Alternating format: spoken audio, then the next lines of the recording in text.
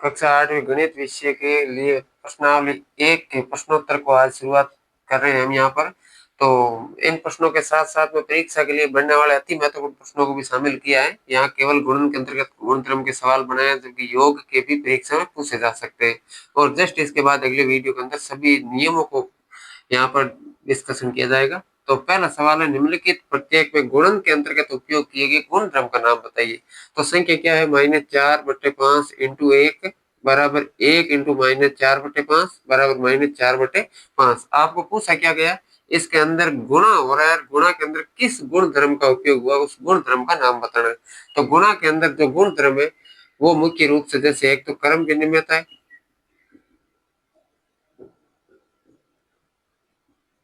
दूसरा है गुणन तत्समक है, तीसरा गुणन प्रतिलोम है,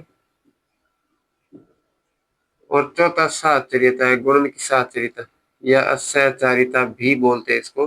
तो अब जैसे ये नियम है क्या, पहले अगर आपने इसको ढंग से समझ लिया तो प्रश्नों का जवाब आप फिर आराम से दे सकते हैं। कर्म विनिमयता के अंदर क्या किया जाता है, दो कोई भी परिमेय संख्या ली जाती है। उदाहरण के तौर पर अगर मैं एक संख्या ए लूं और दूसरी बी लूं, आप इसकी जगह 1/2 2/3 रख लो, इनका गुणा करो, जो गुणनफल आएगा क्या वही गुणा बी इंटू ए से करने पर आएगा, क्रम की अदला-बदली करने पर, तो वही गुणा प्राप्त होगा। और ये नियम कहलाता है क्रम विनिमयता का गुण। योग और गुणा में काम में आता है। तो क्रम विनिमयता में क्या है, ए इंटू बी बराबर होता है किसके, बी इंटू ए के। गुणन तत्समक क्या है, ऐसी संख्या खोजिए किसी भी परिमेय संख्या, जैसे ए परिमेय संख्या के लिए ऐसी संख्या से गुणा कीजिए या किसी संख्या का उससे कीजिए ए से, उत्तर ए का ए आएगा।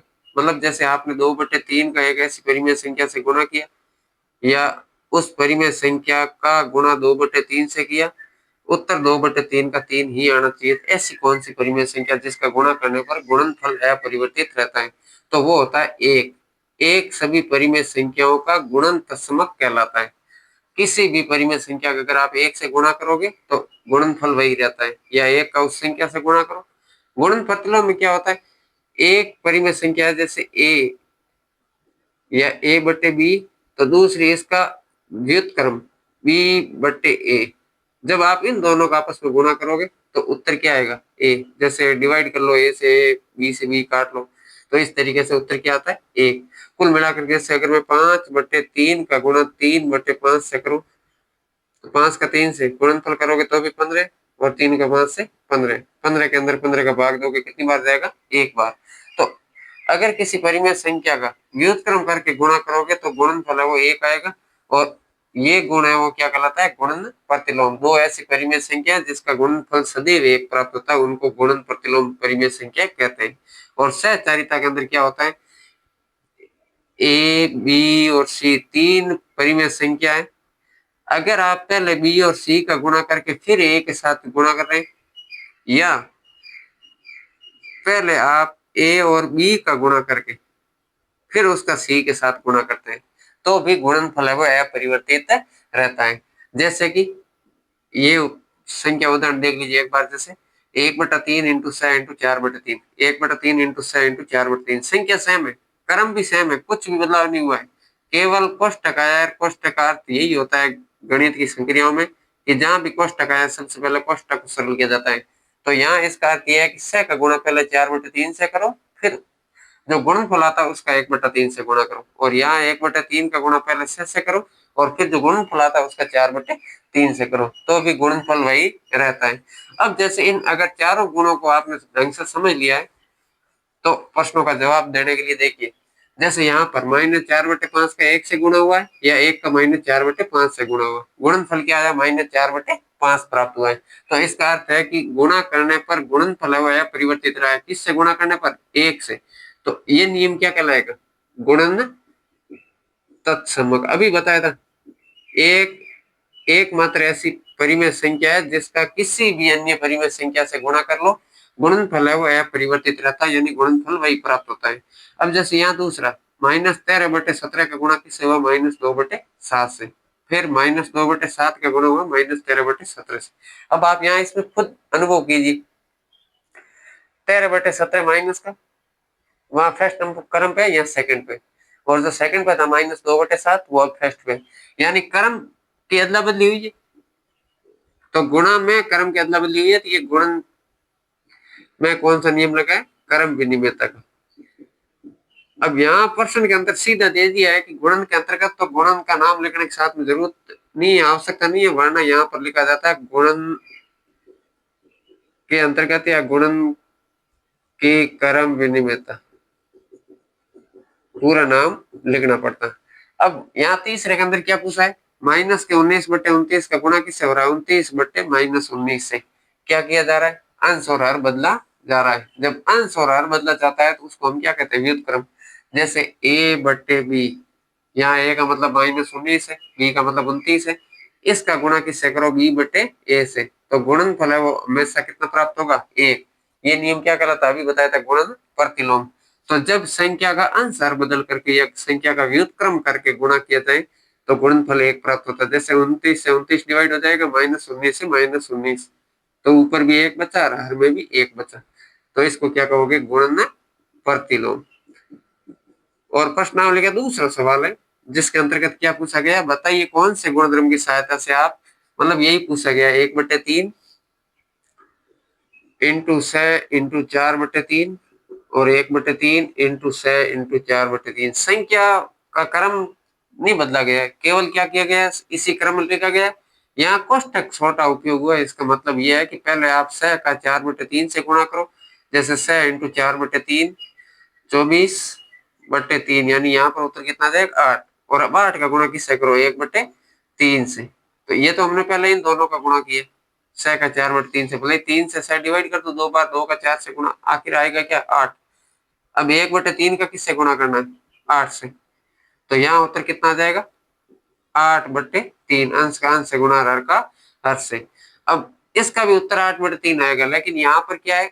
पहले आप 1/3 का 100 से गुणा कर लीजिए। जैसे 1/3 इंटू 100, तो 3 से 100 डिवाइड कर लो 2 बार, तो ऊपर क्या प्राप्त हुआ हमें? 2। अब 2 का गुणा किससे करना है? 4/3 से। तो बटे नहीं है तो बटे लगा लो, गुणा करने में आसानी। अंश का अंश से गुणा हर का हर से, तो 2 का 4 से गुणा 8/1 का 3 से 3। देख लीजिए 8/3 8/3, उत्तर है वो स्वयं प्राप्त हुआ है।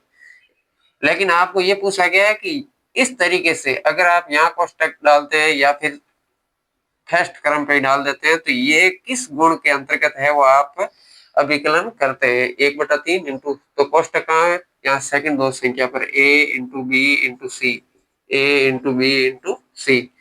पहले b इंटू सी का गुणा करके फिर a से करिए, या a इंटू बी का गुणा करके फिर c से करिए। इस नियम को कहा जाता है साहचर्यता का नियम, या कहीं कहीं लिखा आता है सहचारिता का नियम। किसके होता है? एक तो जोड़ में होता है और एक में ये गुणा में होता है। जोड़ में भी ऐसा ही संभव है, जैसे 1/3 प्लस 6 प्लस 4/3 लिखा था, इधर भी 1/3 प्लस 6 प्लस 4/3 लिखा था। आप पहले 6 और 4/3 को जोड़ लीजिए, फिर 1/3 में जोड़ो, या फिर पहले 1/3 और 6 को जोड़ लीजिए, फिर 4/3 में जोड़ो, तो भी जोड़ है वो योग है वो सेम प्राप्त होता है, दोनों तरफ एक ही उत्तर प्राप्त होता है। तो वो जोड़ में, यहाँ पर गुणा में।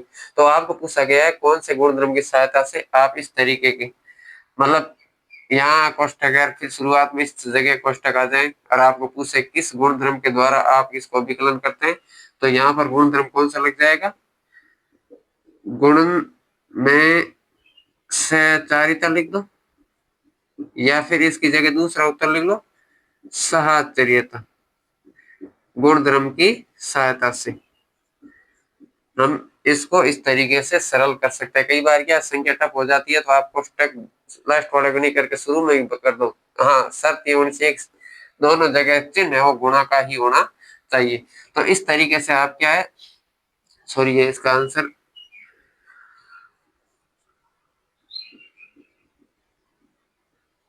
गुणन में या गुणन की सहचारिता, या इसकी जगह लिख दो साहचर्यता।